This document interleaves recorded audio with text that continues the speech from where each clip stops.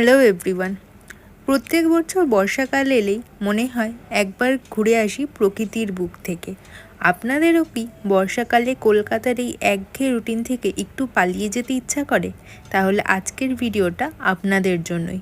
কলকাতা থেকে মাত্র 5-6 ঘন্টা দূরে লুকিয়ে রয়েছে এমন এক জায়গা যেখানে এক রাত দুদিনের ছোট্ট একটা গেটওয়ে বা একদিনে ডে ট্রিপ করে চলে আসতে পারেন আপনারা।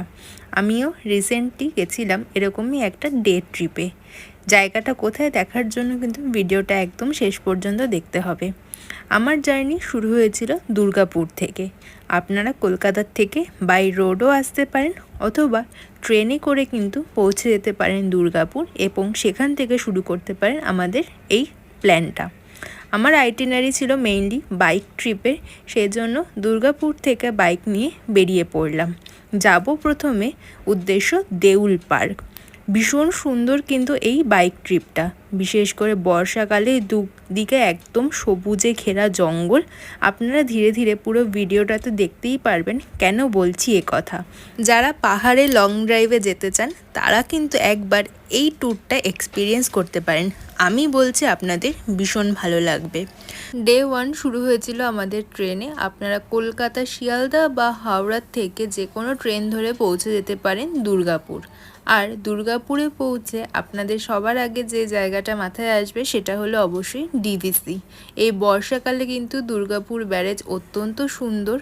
আমরা গেছিলাম আসানসোল সুপারফাস্ট এক্সপ্রেস করে, যেটা করে আমাদের পৌঁছাতে দুর্গাপুরে হয়ে গেছিল প্রায় বিকেল।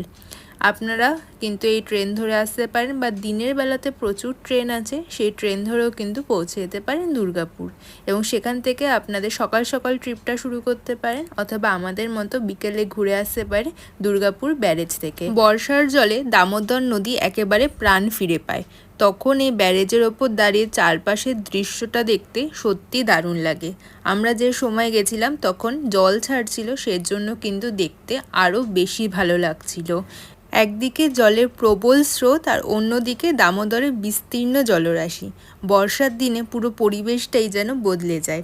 আপনারা যখন ওই জলের গেটের ওপরে দাঁড়াবেন তখন কিন্তু জলের ছিটে গায়ে এসে লাগবে, যেটা একদমই অন্যরকম একটা অনুভূতি।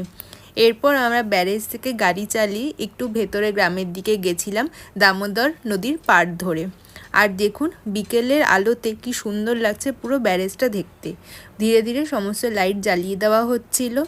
আপনারা কিন্তু ব্যারেজটা এই দূর থেকে এসে দেখতে ভুলবেন না, তাহলে বুঝতে পারবেন কতটা বড় এই দুর্গাপুর ব্যারেজ। আমাদের বর্ষার রোড ট্রিপে কিন্তু এটা অন্যতম একটা স্পট ছিল। দুর্গাপুর ব্যারেজে যানবাহনের কোলাহল আর দামোদরের স্রোত পেরিয়ে এবার আমাদের গন্তব্য একটু অন্যরকম। দুর্গাপুরের বুকেই রয়েছে ইসকন মন্দির, যা মদনমোহর মন্দির নামেও পরিচিত।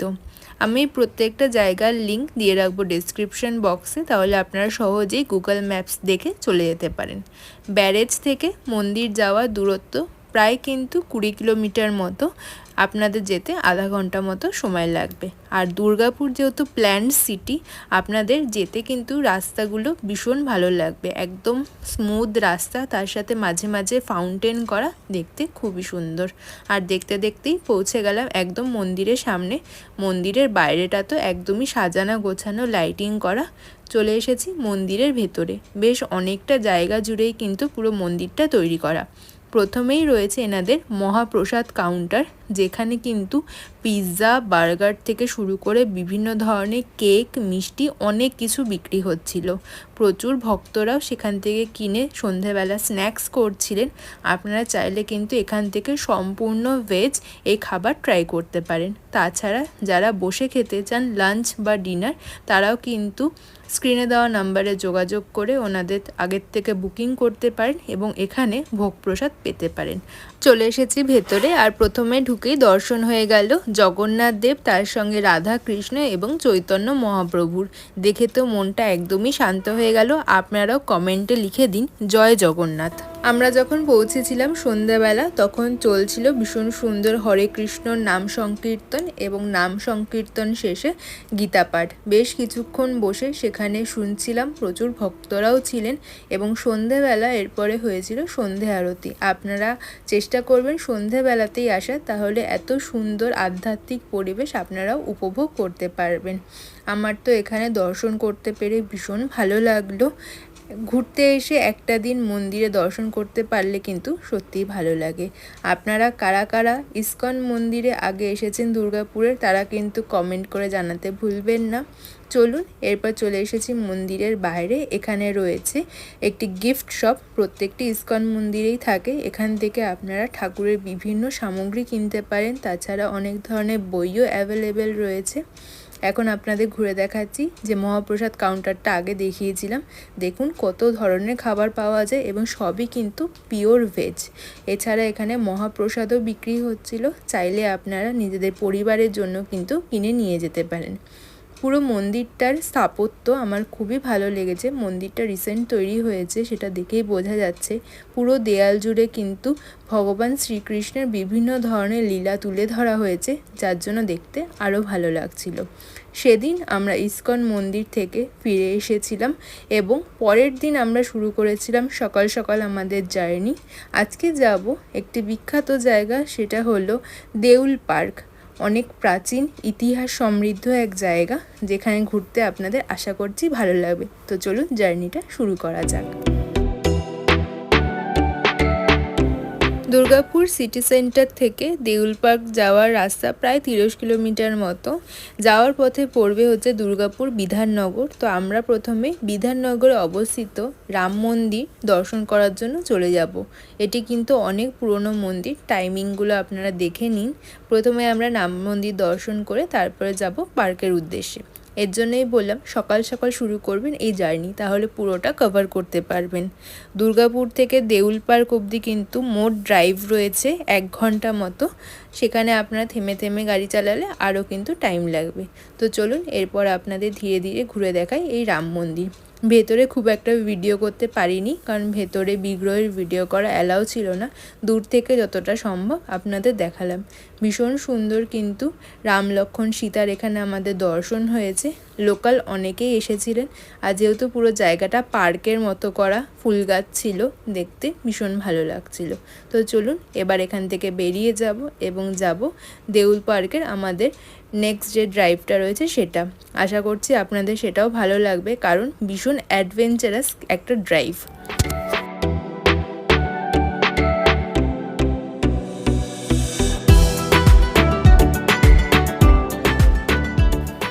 জার্নিটা শুরু হয় কলকাতা দিল্লি হাইওয়ে দিয়ে। হাইওয়ে দিয়ে যেতে যেতে যত দুর্গাপুর শহরটা পিছনে পড়তে শুরু করলো, আমাদের রাস্তাটাও যেন ধীরে ধীরে বদলে যেতে লাগলো। গন্তব্য হলো দুর্গাপুর থেকে দেউল, যা 30 কিলোমিটার, একটা ভীষণ সুন্দর বাইক রাইড।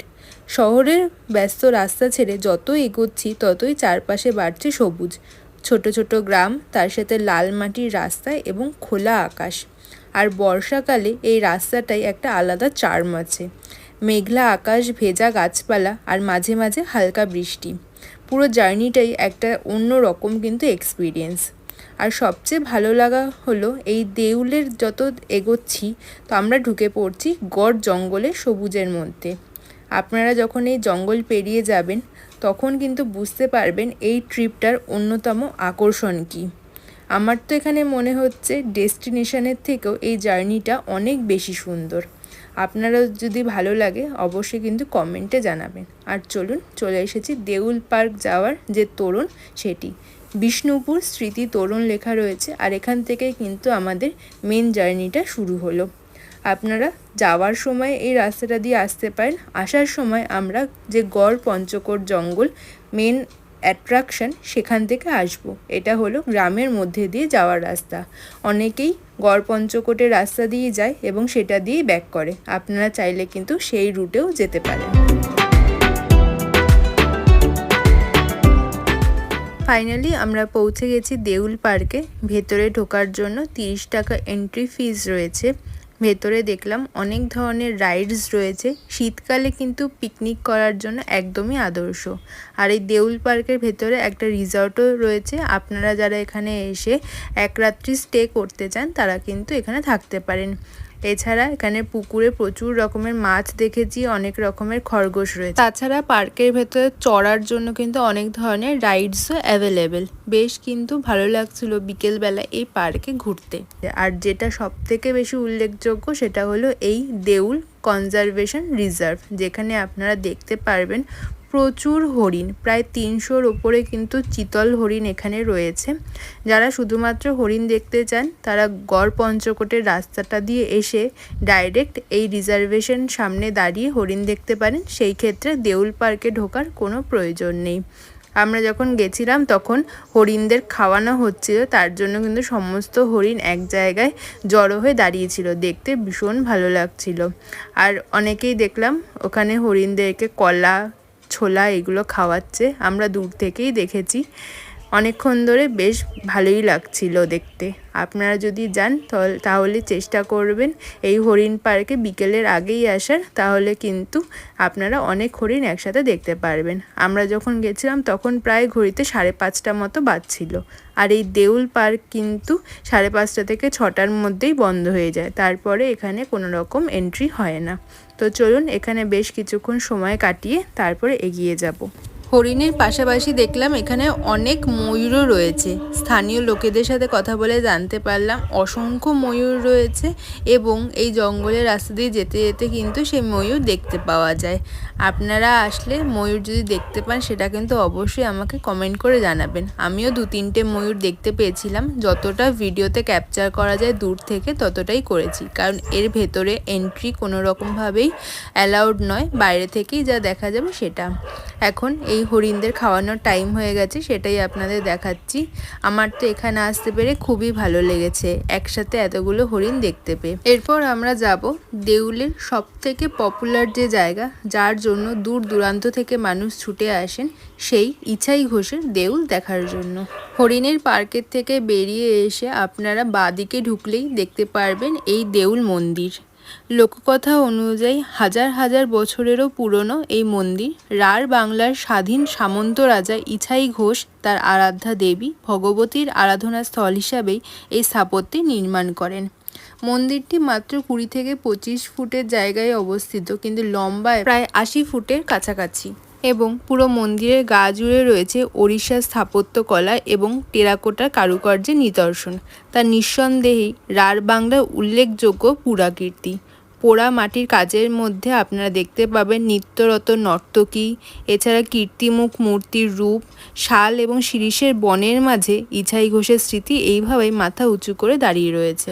আগে এই মন্দিরের ভেতরে কোনো রকম মূর্তি ছিল না, বর্তমানে এখানে দেখলাম গর্ভগৃহের ভেতরে স্থাপিত রয়েছেন শিবলিঙ্গ এবং দূরে শিবের আরও একটি ছোট্ট জায়গা রয়েছে আরাধনার স্থল হিসাবে।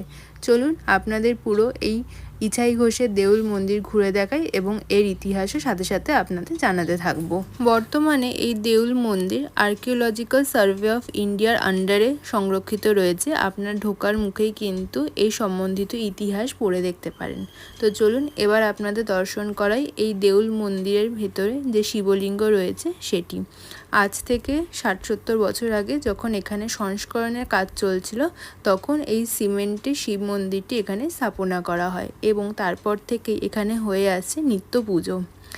আগেরকার দিনের লোকের কথা অনুযায়ী এই দেউলের ভেতর থেকে এতটাই গভীর ছিল যে ওপরে টর্চ মারলেও দেখা যেত না, এতটা লম্বা এই দেউল। এবং পুরো স্থাপত্যকলা দেখে আপনারা তো বুঝতেই পারছেন কতটা প্রাচীন এবং ঐতিহাসিক এই জায়গা। আপনারা যদি এই গড়পঞ্চকোট জঙ্গলে বেড়াতে আসেন অবশ্যই ঘুরে যাবেন। এরপর আমরা ওখান থেকে সোজা চলে আসলাম অজয় নদীর ধারে। অজয় নদী দেখতে এসেছিলাম, কিন্তু নদীই নেই, নদী শুকিয়ে ঘাস হয়ে গেছে। আমরা দামোদর নদীর পাড়ে থাকি, আমাদের তো এসব কোনো ব্যাপার না। ও গঙ্গা নদীর পাড়ে থাকে, কোথায় অজয় নদী? কি আর হবে? এই অজয় নদীর নাকি অন্য রূপ দেখা যায়, বর্ষায় কোনো রূপই নেই, বর্ষায় ঘাস আছে। যাই হোক, গরু চড়ছে এটাই দেখলাম, আর পিছনে পুরো গ্রামের রাস্তা। তা আমরা আবার ব্যাক করে যাব। হ্যাঁ, প্রচুর উঠছে। ইছাই ঘোষের দেউল দেখার পর আমরা যাব এখানকার আরও একটি খুবই প্রাচীন মন্দির, সেটি হলো শ্যামরূপা মায়ের মন্দির। এখান থেকে শ্যামরূপা মায়ের মন্দির প্রায় 5 থেকে 6 কিলোমিটার দূরে। পুরো গড় জঙ্গলের মাঝখান থেকে চলে যাচ্ছে এই রাস্তাটা। দুই ধারে শাল, পলাশ, কুসুম, মহুয়া বিভিন্ন গাছপালা দেখা যায়। আর বর্ষাকালেই এই শুকনো ল্যান্ডস্কেপটাই আবার প্রাণ ফিরে পায়। সত্যি বলছি ভীষণ ভালো লাগছিল। আপনারা যদি গ্রুপ ট্রিপে আসেন বা গ্রুপ বাইক ড্রাইভে আসেন আপনাদের কিন্তু ভীষণ ভালো লাগবে। রাস্তার ওপর দুটো হরিণ থাকলে ভালো হতো, যেরকম সাফারিতে হয়। রাস্তাটা পুরোটাই রিজার্ভ ফরেস্টের পাশ থেকে, তাই রাস্তায় যেতে যেতে কিন্তু অনেক জায়গা থেকে আমরা দেখতে পাচ্ছিলাম ভেতরে হরিণ এবং ময়ূর। রাস্তায় দেখলাম আমাদের মতো অনেকেই দাঁড়িয়ে সেই হরিণ এবং ময়ূর দেখছে। তাদের সাথে পরিচয় হয়ে বেশ ভালো লাগলো। ময়ূর আসেনি তাই আমি ডাকছি।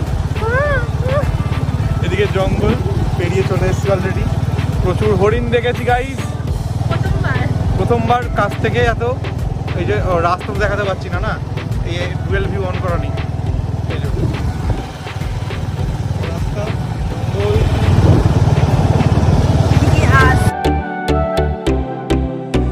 চলুন এই রাস্তা দিয়ে যেতে যেতে আপনাদের শ্যামরূপা মায়ের মন্দিরের ইতিহাসটা জানাই। প্রায় 1000 বছর আগে সেন রাজবংশের আমলে প্রতিষ্ঠিত হয় এই মন্দির। দেবী দুর্গাই 1000 বছর ধরে মা শ্যামরূপার রূপে পূজিত হয়ে আসছেন।